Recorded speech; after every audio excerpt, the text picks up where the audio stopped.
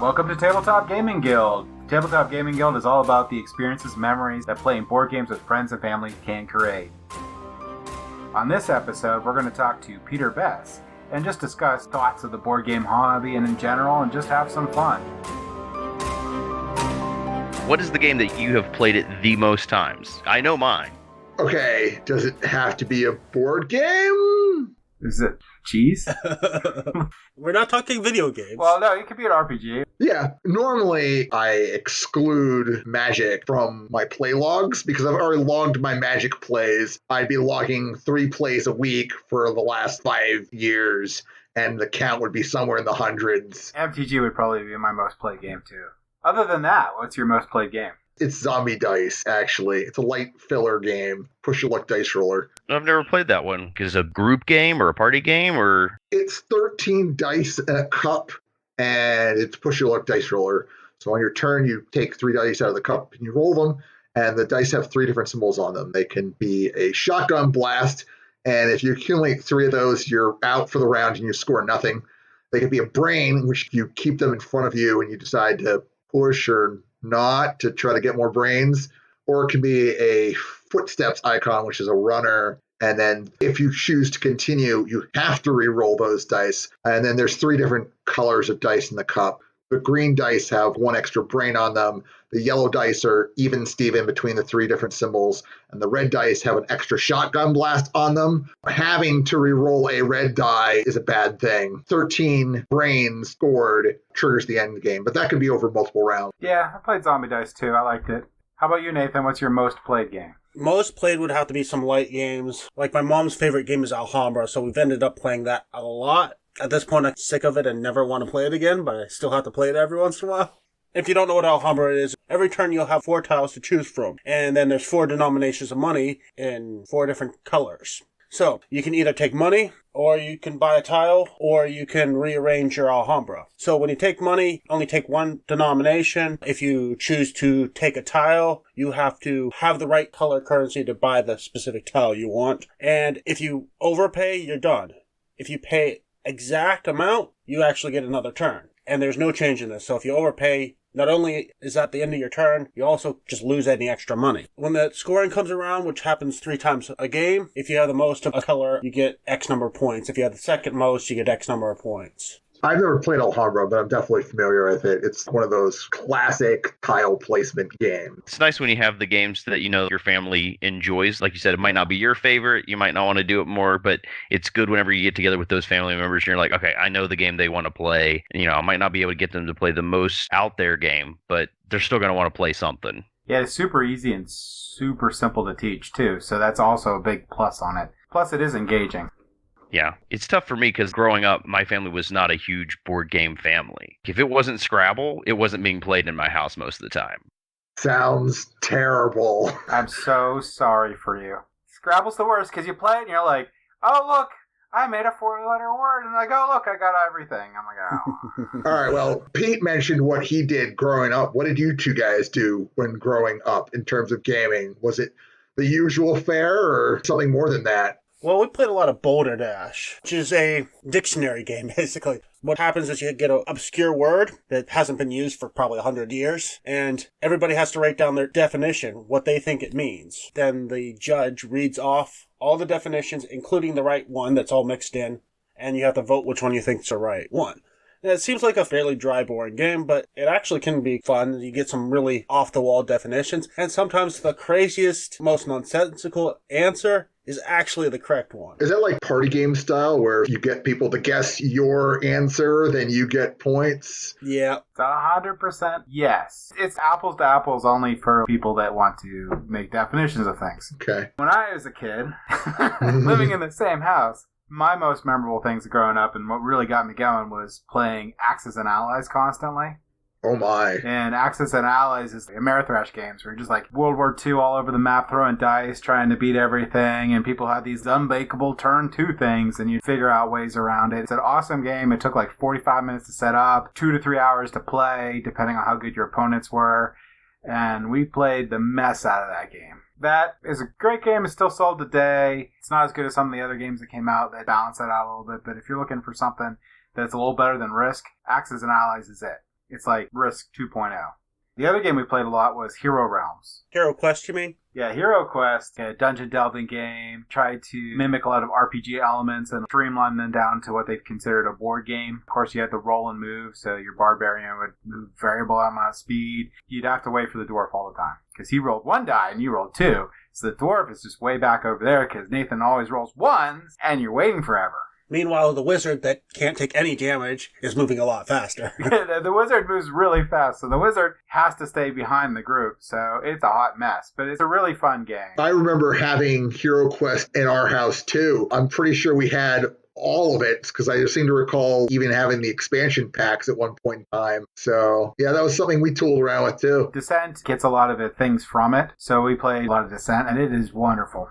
Listen to one of your previous recordings, and you guys talked about that you had been playing the first edition of Descent. The second edition shortens the length of time that you play per quest, right? It's down to like an hour, maybe 2 hours per quest, whereas previously it was up to like 4 hours or so for a quest. Most all the quests were about 4 hours. I think they try to mimic the RPG thing. Most RPG, D&D modules come in around 4 hours or so. And there's a lot more rules in the first edition than there are in the second edition. But they got rid of a lot of the rule bloat from first to second edition, but they did it in a way that felt like you're still developing your character. Actually, it feels like you're developing your character more in second edition than you were in first by a lot. And you also got to keep spells and all sorts of special abilities that each different character have. And there's hundreds of characters for second edition. Yeah. And you can take all the first edition stuff. They have a conversion kit that goes straight into second edition. So I have so much content in second edition, I will never, ever, ever finish it. But I'll buy more of it if they bring it out. That's D&D for me, man. I own all the books. Don't know when I'm ever going to run all of them, but yeah. I own them because there's a lot of really good ideas in there, and it's good reading.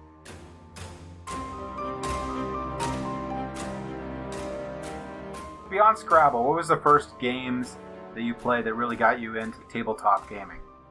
I really enjoyed Risk. The hard part there was always getting people who could sit down for 4 to 10 hours and play a game with you. Probably my most memorable Risk in high school. It was at New Year's Eve. All the families got together. The ball dropped. The parents called it a night, and all the kids stayed up till 7 in the morning the next morning playing one game of Risk. By the end of it, you're just like, please roll well and kill me because I've got to go to bed. But it was a game that I was having a really fun conversation, a really good time with everybody. And so that was where it was just like, oh, this is what board gaming should be. I'm supposed to just be having a fun time hanging out with my friends. We're just all enjoying the same game together. And the game that finally kind of lit a fire under me for board games was Betrayal at House on the Hill. And it is still probably my favorite board game. I'm currently going through the campaign version, Betrayal Legacy, with some friends right now. We're about halfway through it.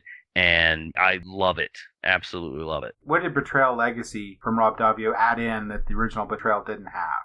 It takes the B-horror film setting and it gives you a story. The original Betrayal, you're just going into the same house. There's no real feel for when it's happening or where it's happening. And because I like the RPGs and Dungeons and Dragons so much, it gives me that feeling of the campaign. It gives you a year and a date and a setting kind of for what you're doing for each of the stories. And you start in like the 1700s and come up until almost today's time period. So you're seeing the evolution of this haunted house and all of the people who continue to be idiots and go into it and die horrible, horrible deaths. But it's a lot of fun, and my group has really enjoyed coming up with the different characters, and it adds a little bit of a role play element to it that you don't get a whole lot of when you play just Betrayal at House on the Hill. They've added a couple of features to it. Some of them I like more than others for sure. But again, I don't want to give anything away for those people out there who are going to play.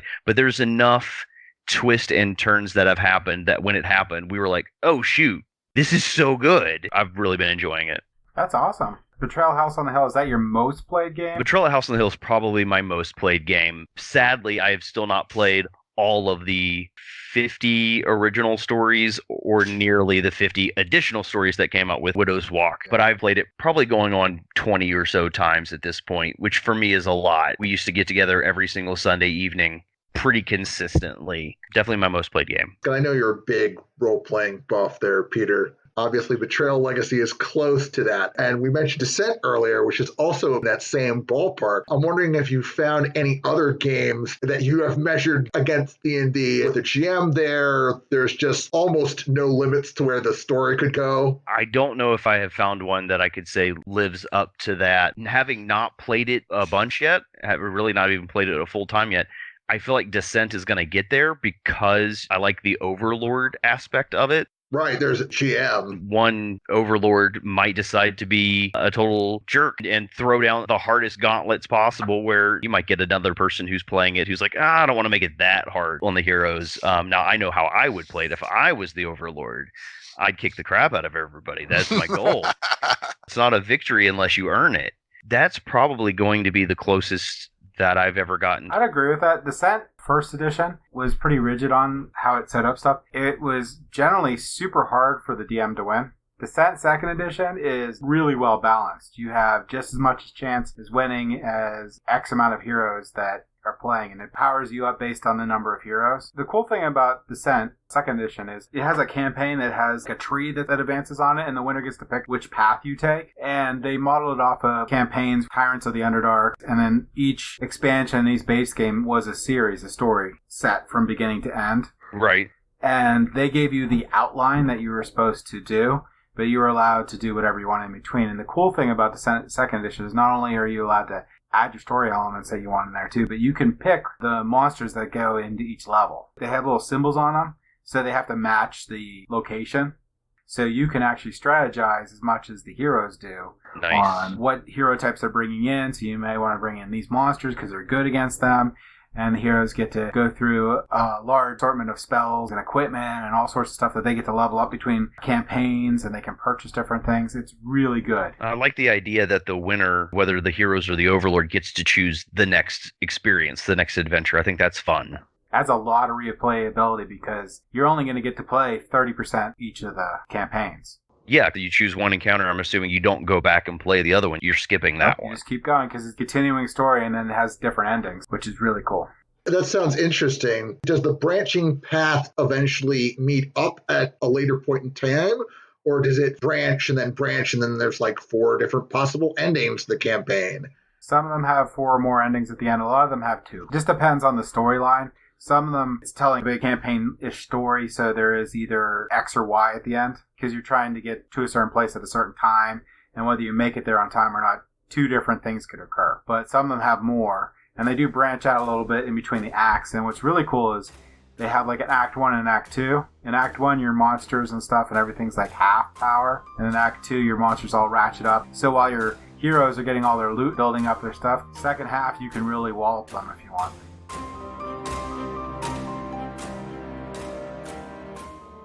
So I'm learning a little bit about everybody, about some of their favorite games.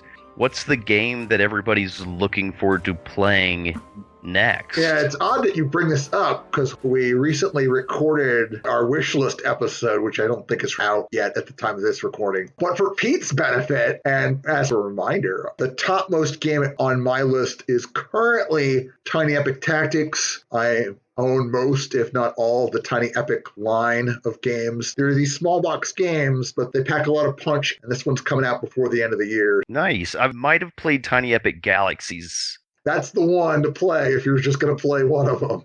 Oh, Nathan's pulling out his. Oh, we've got a box. What? He's already got the game. This is good podcasting content right here. Let's go. I've been playing my games alphabetically, and this is the S's right here. And almost none of these I've played. There's like 16 of these I have yet to play. There's 4 I've played once. There's 2 I've played more than once. You could probably skip Splendor. That's one of the ones that I've played more than once, and that's meh. I have played Splendor a couple times, and for me it is 100% solid, but you're right, nothing to write home about. To be fair, Splendor falls in the same as Alhambra. Super easy to teach, really great to play with people that don't play a lot of board games necessarily or don't have a lot of time and just want to play something. It's quick, fast, it's fun. I've played it so much, so I never want to play it again. Yeah, it's a family game. That's the only reason I've played it a few times. But of the S's, the one I'm most excited to play is Sidereal Confluence, which is basically the crazy trading game. Yeah, it's TI4 with more negotiation, more trading. Trading in the Mediterranean. In space. Actually, it's Sidereal Confluence Trading and Negotiation in the Elysian Quadrant. In space. Oh man, minimum player count 4? Yeah, it's super important that you have at least 4 players. If they go deep on the negotiation, I sort of believe it. It's more than that. The goods that you need to trade for is asymmetric, so the points that you get and the different things you need are all asymmetric. And if you have less than 4 players, you may or may not have a legitimate chance to get what you need for points. There's one trade good that each person has that they can't actually use. They can only use it to trade to other people. Yeah, that's part of that. So it's super important to have at least 4 players, which makes it an odd game and different. It'll be very hard for me to get to the table, unfortunately. My favorite games, well, other than Mansions of Madness, which I love. And Dan knows, because like Mansions of Madness all the time. But Blood Ray's Rising Sun, all made by Eric Lang, I love them. They are near perfect games for me. But all Amerithrash, all crazy, all awesome. And the new one, Ankh, Gods of Egypt, is coming out. So I am super excited about that. The miniatures on it are insane. It's getting to the point where I'm super afraid to paint any of them. But I am super excited about that game. I don't know, have you ever played Blood Rage there, Peter? I've not. Have heard you talk about it and would love to try that out, as well as I've heard you talk about that Mansions of Madness. And I've got a friend who owns Mansions of Madness, and he keeps talking about we need to get together to play it. That one's on my list of games that I really would like to play. I'll be running it at the Slipper Rock Con. I'm a little afraid that if you play Mansions of Madness, it'll blow away Betrayal House on the Hill. I am all for having a new favorite game. Yeah, it's not a bad problem. I'm still going to love Betrayal. Well, they got the nostalgia factor for Betrayal, too. Exactly. Which will keep it going, but Mansions of Madness, so good. So good. Second edition, just to be clear. Second edition, yeah. First edition, nah. I guess I'll go to Santa Maria. You guys know this one at all? I do. Vaguely. Okay. The theme on it is colonization, but it's pretty light. But it's this cool, puzzly game. I'm actually enjoying it quite a lot. What game are you looking forward to, Peter? The game that I'm looking forward to right now is the new re-release by Gale Force 9 of Dune. Oh yeah. I watch a lot of different streaming stuff, and I just watched a group play the original version on stream. It was like a 6-hour-long stream. They only played through 7 rounds instead of the original 15 rounds. It's a long game. They actually recommend you play it twice. The first time's a learning game, and the second time's your actual one. Oh, okay. So that's like an all-day event then. But watching them play it, even though it was that long, the amount of fun that they had playing that game with the right group of people, this could be a really, really good game. Now, again, finding that group of people might be the hard part, as most games it seems to be. I don't know, with Twilight Imperium, and I used to do an Eclipse game night. I found if you do Epic Game Night once a year, it seems to work out really well. So it might be the same thing for the Dune. Yeah. Have any of you actually played it? I have not, no. I have not yet. I've watched a lot of stuff on it, and I actually have a couple friends that have played it, that do love it. It is super asymmetric powers. Yeah, some of the factions are much, much easier to win with one faction than another. I think it's a very interesting way to go about it. So they talked a little bit about that while they were playing it, because they're also very big into the books and why they made it the way they did. I thought it all sounded really interesting. So I'm waiting for that to be released so that I can order a copy, because the new version's only going to be like $50, which is not bad for a game.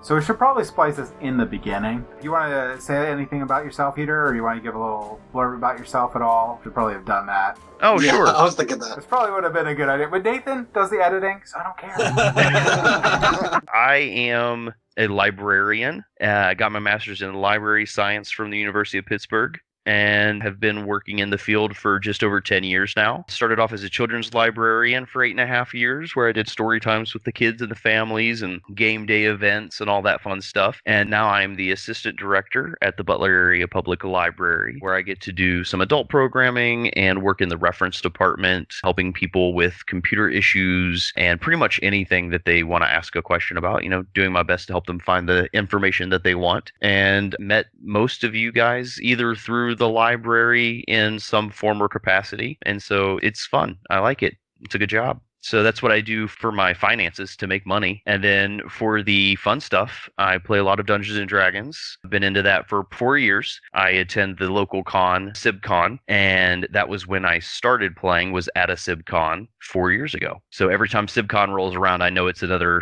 anniversary of when I started playing D&D. And actually, the reason I got into D&D was one of the dads who was bringing his son into story times when I was a children's librarian, invited me to go to SibCon and to start playing D&D. And I think some of you guys know him, Ron Rummel. Now I just got to get you playing more board games. Exactly. You just got to invite me over more to play board games, and I will be there to play.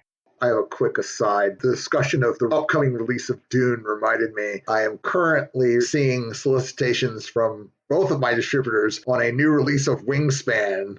They are also coming out with an expansion that includes more birds, the European expansion, they're calling it. Yes, and I will definitely get that if you get it in.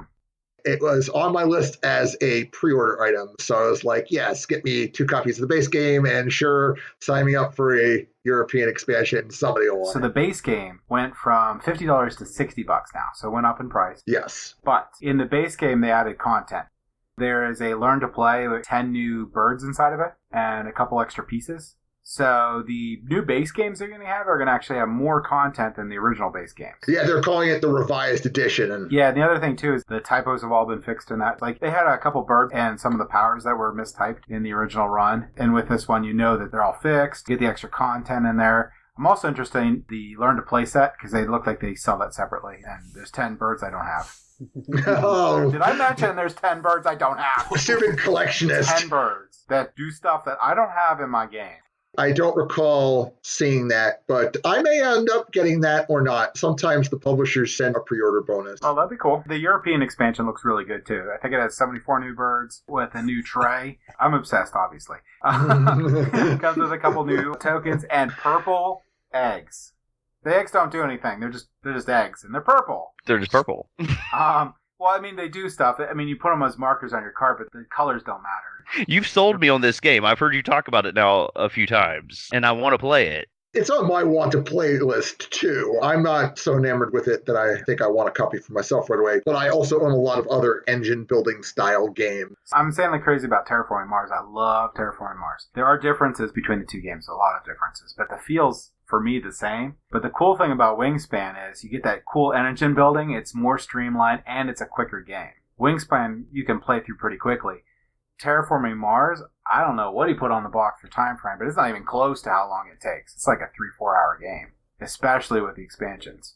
But Wingspan, I'll also bring that to Slipper Rock Con. So if you want to play, you can play. Oh, yeah. I might have to stay after hours or something to get all these There you games go. Yeah. Gaming marathon, here we come. Heck yeah. What else do you find that you like to do, like community style events? Yeah, community and in my life, I'm a big part of my local church. I like doing community service type things around the area. When people come to visit, I sell Butler hard when it comes to food because I will sell Chop Shop to anyone. And we've got the nice Butler Brew Works on Main Street. So when it comes to what do I like to do besides play games and work at my job, I like to eat a lot of food. Yeah, Chop Shop is delicious. I will go to Chop Shop any day of the week.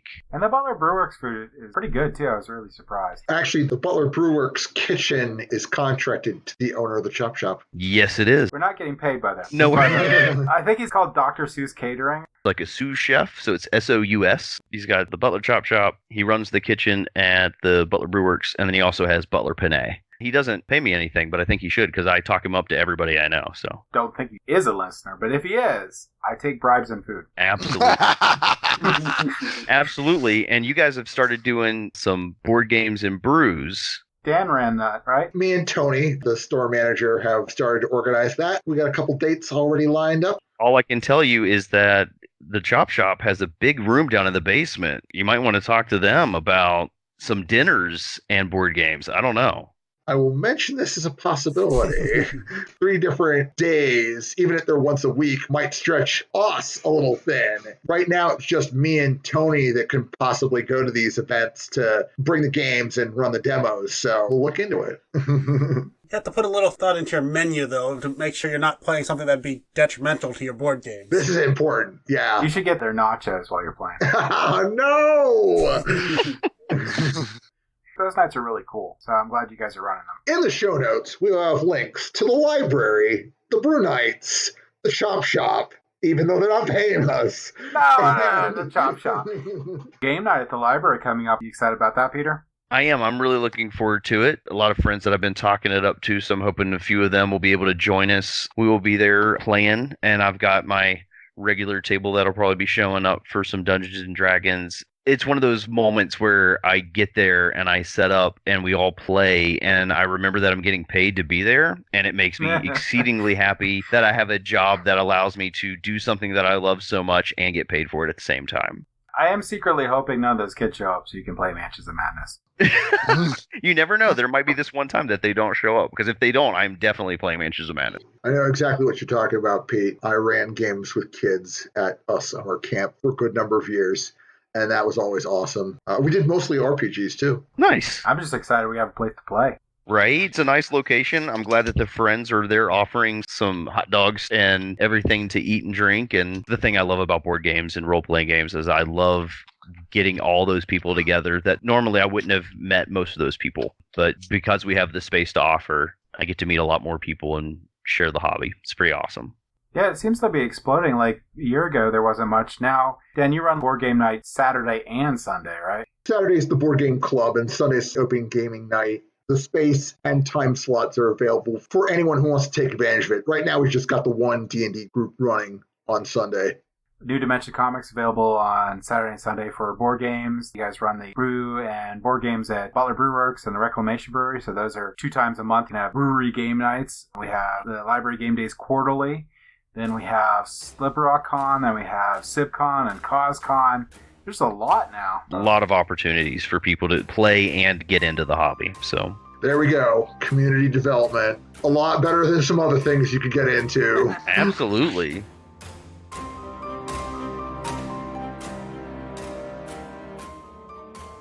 Do you have any hate to slather? We had that episode about slathering hate. Oh, yeah, we did do that. You have a lot of games you like. Was there ever a game where you're like, wow, this game is just so wrong? Oh, gosh. Again, this comes down to not having played a ton of games to begin with. I can get you to play a lot of games you won't like. So that's the thing, is I got to be introduced to these terrible games. I don't know that I have had a game where I walk away and completely hated the experience. I definitely have games that I have no desire to play again that at one point in time I played a bunch. Yeah. There was a time period where that group that I played with on Sundays, the group wanted to play Cranium fairly often. Oh, gosh. They found it to be a decent party game. I own a copy of it, and I don't believe I've played it once since then. So, not that I hate the game, but it's lost any appeal that it ever had at one point. I'm not saying I have issues, but I won't touch clay other people have touched. I'm just not doing it. Not going to happen. Not going to happen. All hands, and they've eaten those nachos I was talking about. It's all in the clay. Ew. That's like that, what is that, a speak out game or whatever, where you put the thing in your mouth? Oh, no. Why? Why? That's disgusting. What do? Do you just put it in the box, and then the next time the person puts it in their mouth, and it has your, like, nasty, crusty saliva and junk all over it? What is that game? It's just not right. No. Oh. Wait, now I'm going to have to look up Speak Out. What is this game? It's, oh my gosh, it's super horrible. It's been like celebrities into it and stuff. I mean, it's not a game. It's, you put this thing in your mouth, and it keeps your mouth open, like you're putting your mouth into a hairdryer or something, and you're supposed to try to say the words, and you have a timer. Oh, it's disgusting. Yeah, that looks terrible. Yeah. It includes 10 mouthpieces. So you're going to play it maybe 5 times, depending on how many people you got to play it? It'd have to be a sealed box. Sealed. And even then, there's going to be people spitting on me because they got this thing in their mouth. And oh, man. There are all of 2 fans of this on BGG. Those people need there help. You go. That's almost as bad as Caca Alarm, the game where you have a toilet with a turd in it, and you have to use a plunger on the turd. And if you use it the right number of times, the turd shoots out, and you have to catch it. Let's just go with Hasbro doesn't make board games. I don't know what they do. Although if Hasbro wants to sponsor us, you totally do. If you make a game called Don't Step on the Poop, and all it is a mat with clay, and you have to have a blindfold, that's not a game. And Speak Out should not be sold. I think that's FDA violation of some sort.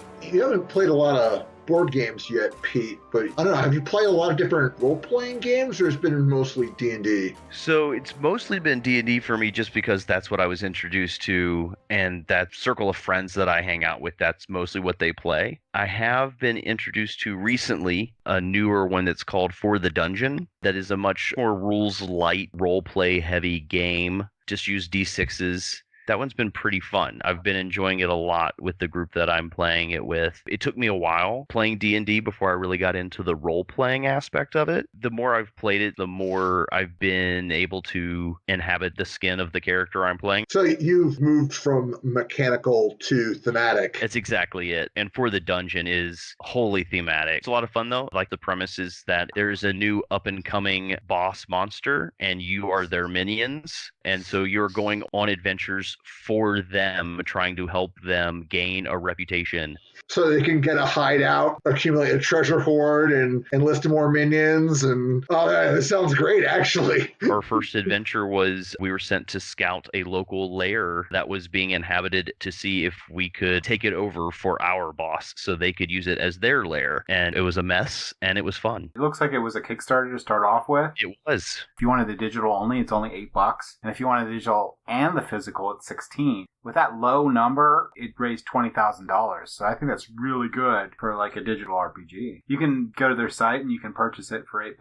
Looks like the paperback's sold out right now, but $8 digital, that's awesome if it's a fun RPG. Very low threshold for getting into. We sat down, made characters, and played our first session in about 2.5 hours. And so we've come back and played it again, and we've got another session that we want to get together again and play. So I'm sold on it. I'm having a good time. I would like to sit down with somebody and probably try Pathfinder at one point. I haven't had the chance yet because whenever I go to a game convention, I'm always running games rather than being there as a player. But I'd like to give that one a try. I've heard good things about Blades in the Dark. Oh, yes. I'd like to give that one a try at some point as well. I've just started hearing about one called Icarus, which sounds fairly interesting. It's somewhat a directed role-playing game where you actually have cards that ask you questions, and you have to use that to direct your story. As events happen, you have these dice that you're actually stacking into a tower, and the game ends when you accidentally topple the tower. Kind of like the same idea that Dread had with the Jenga tower, so it's adding tension by trying not to topple this tower as you pull out blocks from this Jenga tower.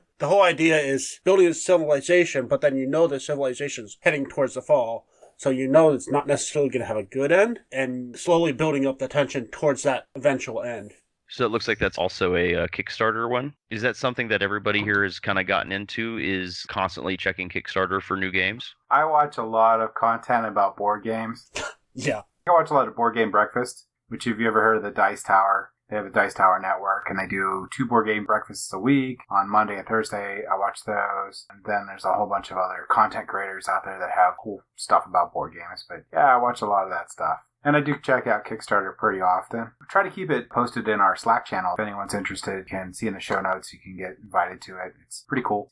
There's a new RPG coming out. Root board game was super popular. They're also coming out with Root the RPG. You get to play as different woodland creatures, different factions, and different abilities, and trying to get control of the forest. I feel like I missed out on that one. I was at Origins this year, and they had Root the board game there, and I was like, oh, this looks really good, but I don't really know, and I didn't know if I wanted to drop the money on it. And now, ever since I got back, it's all I've been hearing people talk about is that it's a great board game and that they enjoy it a lot. And I'm like, I wish I had spent the money on it. Yeah, no, Nathan played it. What did you think of Root there, Nathan? I was actually not terribly thrilled by it. Never mind, let's move on. Go ahead, Nathan, I'm sorry.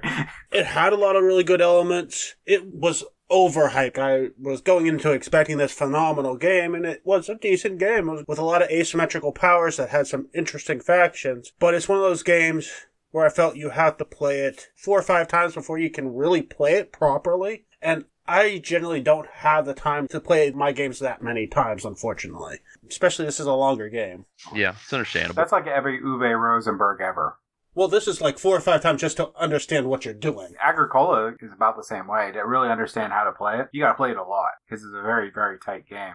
I haven't played Agricola for probably about 4 years, and we just started playing again. I used to be able to not have negative points. Oh my, am I so out of sync with the game again? You really have to memorize everything and get it all set up right. React to other people playing. Sort of the same thing that Puerto Rico has. Is basically that role selection in Puerto Rico is very, very important, and timing for it. If people do crazy stuff, it can make the game very rough in Puerto Rico.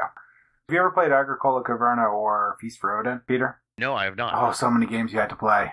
Yeah, we gotta get together with some of you guys, play some of these games. Give me a day and a time. Yeah, and Dan would agree with me. You have to play a key something game. My preference would be the iconic Key Flower. Yeah, that's what I thought you were going to say. I think that's the highest rated one too, right? It's been the strongest that I've had an experience with. Have you played Keyflower, Nathan? I actually never played any key game. Wow. You're dead to me. We're losing our rep. Well, no. As long as one of us has, we're good. Only one that I know of is Keyforge. I didn't know that it was a series. That's a different game. Oh, yeah. Keyforge is not related to this game series. Do you want to give us a quick rundown of what a key series is there, Dan? On the spot. There's keys in it. There's not. I don't think there's any keys in it. Key Flow is the drafting game. Key Harvest, Key Market, Key to the City London, the Key Dome instead of Kingdom, Key Flower. Keeper. I have Keeper over there. The one that I had most recently in my collection. There's Cathedral. Sorry, have to emphasize the key. Key Town. And Keywood, I don't think I've ever heard of this one. And eventually it just doesn't even make sense anymore. But they're good games?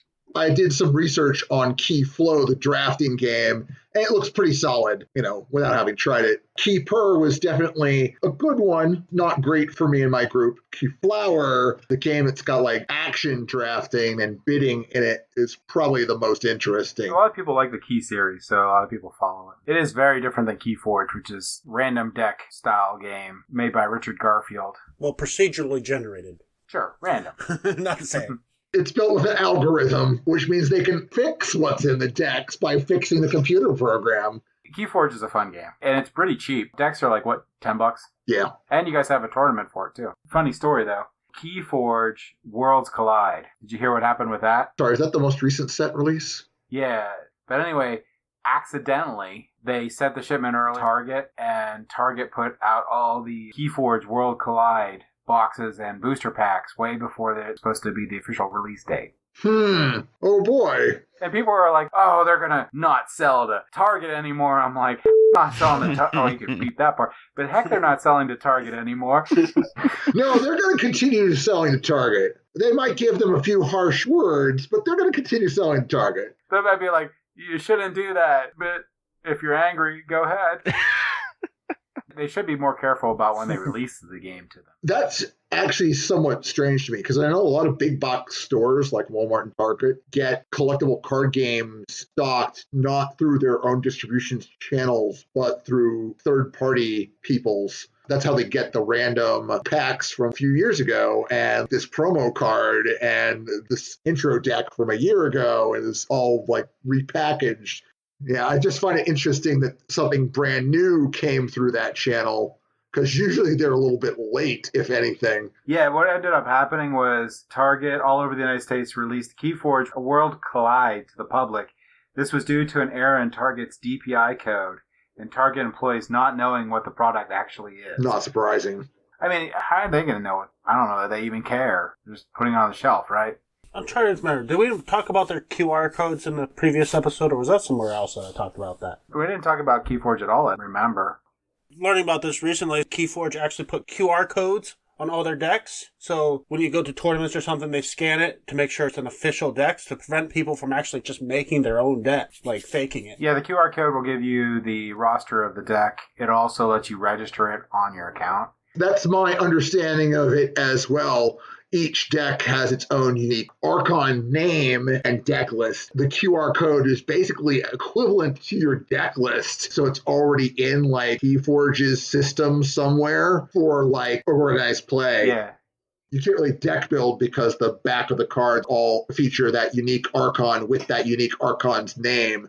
So if you do deck build, it's obvious that the card backs are mismatched, unless you're playing with sleeves, which is totally a thing in modern card games. So they also announced that they're going to do paid tournaments for Keyforge. And they also announced a while ago that they had their 1 millionth registered deck. That's registered, not just sold. So that's insane. For the friendly local game stores, I wonder if they're going to have you guys do points and qualifiers, because that would be cool. whether or not they give us feeder events, events where if you do well or if you win, you're qualified to attend another bigger event somewhere else, or whether it's operated on a point system. I know Pokemon uses a point system where just any place can run a competitive event, and it's worth a certain number of points based on mostly attendance as well as the level of the event. If you clear so many points, you can go to nationals or worlds, depending upon the point scale that you clear. Well, Peter fell asleep. I'm here. It's like, I'm sorry about talking about keyboards. No, I'm learning a lot about it. It's more than I knew. I thought it was part of the key series.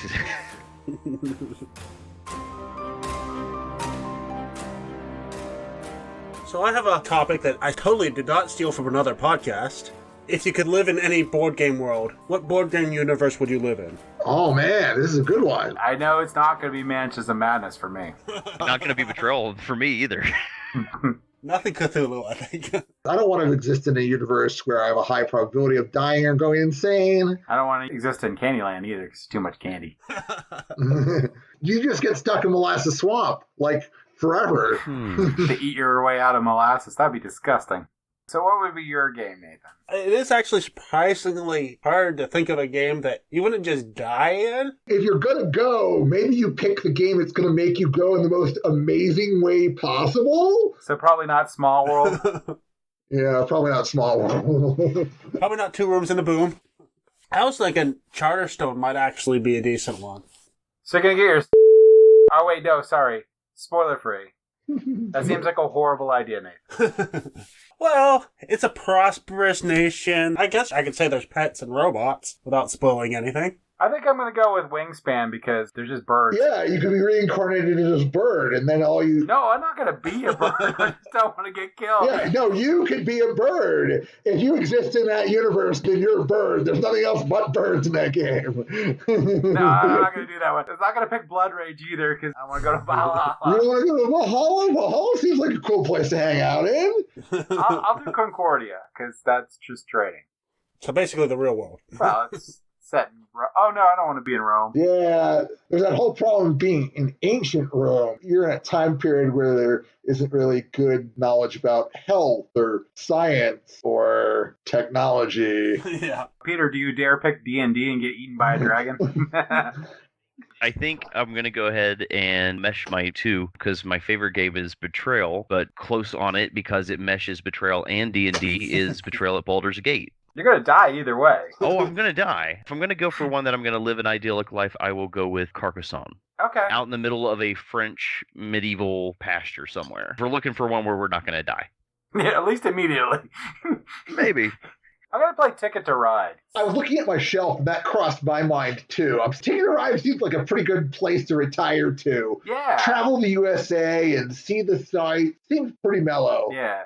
Don't have to worry about getting eaten by a dinosaur or getting a Viking chopping my head off. Yeah, so if I'm picking a game to retire to, it's Ticket to Ride. If I'm picking a game to die in the most amazing way possible, it's Dinosaur Island, and I will gladly get stepped on or eaten by the dinosaur. Oh. If we're doing that, I'm probably going to do Dead of Winter. I'll do Dead of Winter. Ooh, yeah, that's a dark way to go. It is. But if I'm going to go, I'm going to go.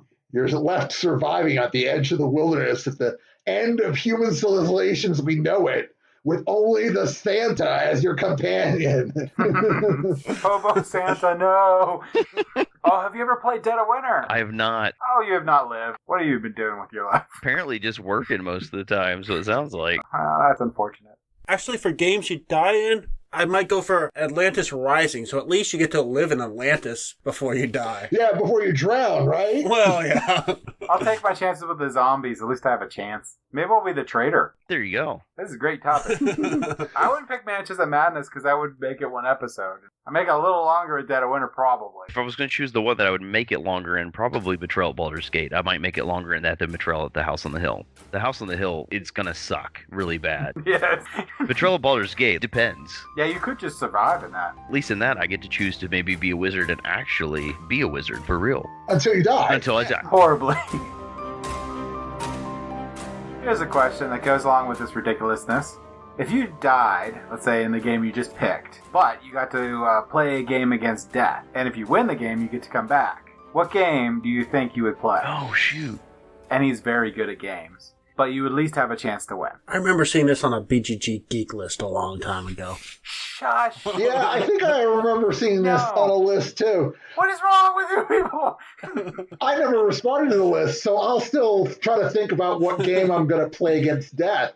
It has to be something that I feel like I'm reasonably good at, right? Yeah. Or you can pick one that is just a complete luck game that has no skill involved at all. It's either a strategy game that I feel like I've got a good chance of winning, or a complete luck fest because I know that death's probably better than me at most strategy games, and I just have to win off of a die roll or a card draw, right? Yep, but you got to pick one game. If I'm going to go for a game that I feel like I've played enough to be decent at, I would maybe go with Carcassonne. I've played that one enough that I feel like I've got my strategy down for that game. That's a good, solid pick. Mine's going to be Eminent Domain. I've logged over 30 plays of that, and I've almost never lost. Sounds like you stand a pretty good chance then. So, Puerto Rico turned into a deck building game. Okay. Select a role, everyone else gets to pick the minor version of that role. It's a really cool game that I'm not giving it justice to in my explanation. I believe Dan really liked Eminent Domain too. Yeah, that's been in my collection for a long time. That is a game that I would consider myself reasonably good at, but I don't think I'm going to pick it to roll against death because I don't know what my win rate is, but it's not more than like 70 some odd %. Here, I can give you my win rate. Hold on. While you guys think your game. Oh, boy.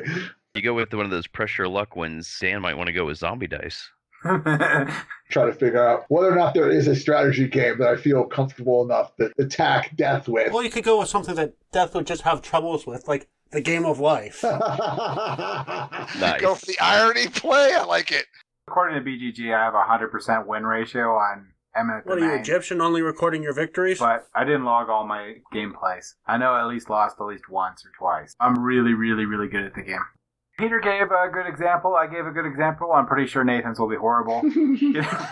Would you play with any of the expansions for Carcassonne, or are you just playing the base game? I just play base game. Yeah, that's safe. The Rivers one is odd. Yeah, I'm not a huge fan. That one comes with base game that I bought. It has the river in there, but I don't play with it usually. It just kind of feels unnecessary. The Abbots would be a decent addition. Yeah. I thought about it, and I think I'm going to have to go with Luckfest and challenge death to a game of King of Tokyo. I think it's my best chance. Just try to roll as many attacks as possible and wipe them off the face of the map. This is a 2-player game of King of Tokyo. Sure. Can you even play King of Tokyo with 2 players? Yeah. Okay, fair enough. How about this? The Great Dalmudi, as long as I can be the Great Dalmudi. Oh no, he makes the rules. Oh. You don't want to start off as a peon in that game. No. Which the Great Dalmudi is a completely unfair trick-taking game made by Richard Garfield again, actually. That is a lot of fun. Best with 6 players, because you got the Greater Dalmudi, the Lesser Dalmudi. I think we already talked about this game before. And the Greater Peon and the Lesser Peon, and they have to trade cards, but the merchants don't. So it sort of gives everyone a slight chance to move up. I do have a game I've only ever watched once, Race for the Galaxy. Okay.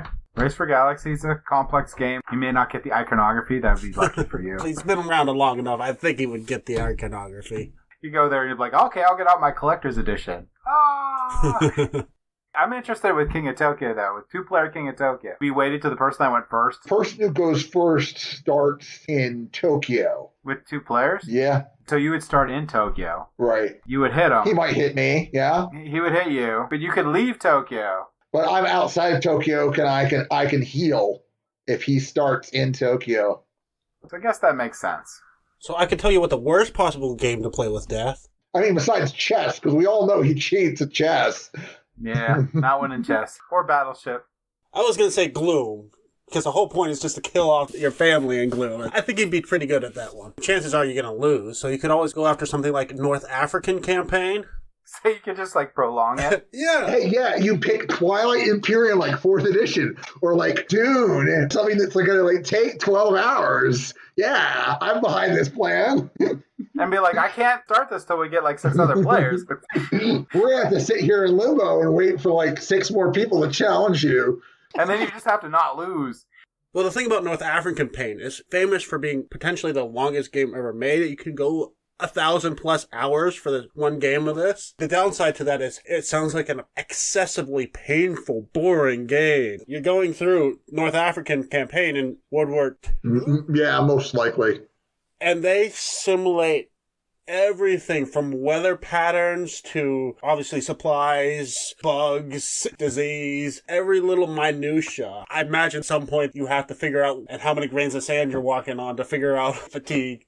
I will say, though, that they encourage role-playing in Twilight Imperium, so it'd be really cool seeing Death dressed up as a space turtle. Oh, man, you'd really like Twilight Imperium, Peter. You got to play that, too. I already got you lined up for enough games as Pass of the Year. Into next year and beyond at this point, James. Let's be honest. Probably. Okay. Yeah, I'm good to go. This is an interesting, eclectic episode. A little bit of everything. I had a lot of fun with this one, too. Oh, I'll come back on anytime you guys want. I'd have a good time talking with you guys. Nathan had a good idea for one. Very few and far between is good ideas.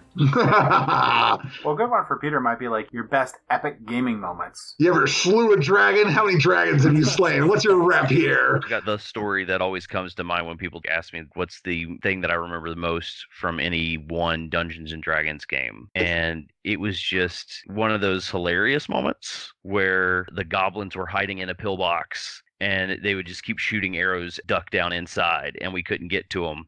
And so finally just decided to run and jump onto the pillbox itself and poison spray into the box. That worked. So the next guy decided, well, I'm going to do the same thing he did. So he runs up and he jumps, but then he lands on my shoulders. And so we're both rolling for hitting and we're rolling strength checks to see if I can hold his character. And then the next person did it. And then the next person did it. So in the end, you just have this visual of 4 characters on each other's shoulders, lobbing projectiles into this pillbox to kill these goblins. And that one cracks me up every time I think about it. So really, they took an effective move and made it less effective. Pretty much. But they loved the fact that they had to roll to see if they could catch each other. And it's one of those moments you feel like you get there a lot with D&D. You get the people who just say, okay, I know this isn't the best way to do it, but I just want to try it. I'm just going to do it anyway. The fun part was we actually made our saves every single time, so it actually worked out. And that was actually my first time ever playing fully Theater of the Mind. So there was no maps, there was no minis. It was just the Dungeon Master explaining what you were seeing and trying to go with it. It ended up being probably one of my favorite games. For me, it's Descent First Edition. It is super, super hard for the Dungeon Lord to win. So I was playing against my daughters, and I try everything I can to kill them. Just try to slaughter them every time. And it came down to, if I killed my youngest daughter, I'd win. I have a troll, I have spiders, I have archers, and she has 1 health left. 1 health. Single health. And I got like 50 dice to roll. I rolled the first set. Great. Missed with this guy. But I got 10 other monsters. I missed with every single one of them. All of them. Oh. So she just had to survive that onslaught of 10 monsters, and she did it. They had to kill the boss. Gotcha. He wouldn't have survived past my turn. It's the worst rolling ever. But yeah, that was an epic moment. My daughters went nuts. It was fun. Yeah. I've got a different kind of moment to talk about, and that's like the floppy moment. One of my favorites is Fortune and Glory. There's a deeply thematic Indiana Jones style adventure. It's a Amerithrash game in that you make essentially skill checks to pass tests as you're navigating traps and monsters and all sorts of other nonsense. The reason why this is one of my better games is because I have a ton of fun with it, even when I am failing miserably. I'm playing this game with my brother, and Ken's doing well, and he's got himself a couple pieces of equipment, and he's got like half the glory he needs to win. And I go to a temple, and I flip into a cliffhanger, and the next turn I resolve my cliffhanger, and I die for like the 3rd time in a row. And I'm just sitting here laughing at myself, right? Still a lot of fun. Yeah, you can have that same sort of idea in Saya Legend of the Drift system, right? You blindly explore a place and just go right into a supernova. Oh yeah, there's 1 star tile in the mix of the explorable sectors. And one of the things you could do if you just have extra movement points here at the end of the map is blind jump into the adjacent sector. And it's exactly what it sounds. You just take a sector out of the unexplored sectors pile and put it right next to you. And if you just blind jumped into the star, you're dead. Death isn't a huge penalty in that game because there's basically just a respawn roll. Sounds like real life. So I went to my board game store, and they were having a competition where the winner would win a copy of this game. And I'm sitting there playing with this girl that's working on her PhD in physics, the guy who's bragging he just got into Mensa, and some other guy. And we're playing this abstract strategy game, and I am kicking their butts. Oddly, though, I actually have not won that game since then. You used up all your beginner's luck. It's expended.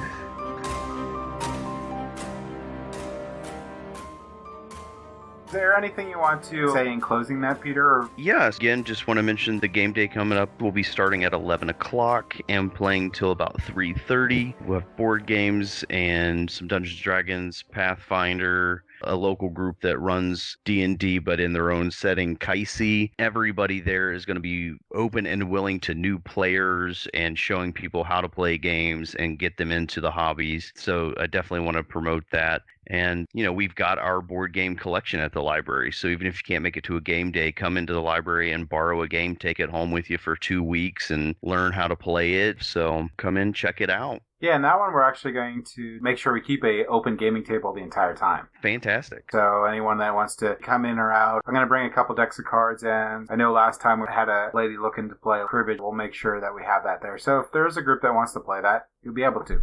Nice. So yeah, so try and find a place for everyone. It is a lot of fun. Is there any other library events you want to promote? I know the library runs a ton of events. We do. Right now we're doing our first e-book club. It's called Overdrive, and it's the way that we let people borrow electronic books. And there is a single book that can be borrowed by as many people as want to borrow it. And it's going to be over the course of the next couple weeks that people could borrow this book, and then we're going to get together at the end and discuss it, have some coffee and snacks, and just hang out and talk about the book. But we're hoping that it goes well. If it does, it might be something that we try to do again in the future if possible. All right, well, that was a lot of fun. Yeah, thanks for inviting me, guys. I appreciate it. If you ever want to come back on, you're more than welcome. Yeah, absolutely. Just let me know. Well, before we leave, thank you for listening to our podcast. Please like us on Facebook, follow us on Instagram or Twitter, join our Board Game Geek Guild 2989, visit our website at tabletopgamingguild.com. Tabletop Gaming Guild podcast is a product of Tabletop Gaming Guild LLC, all rights reserved.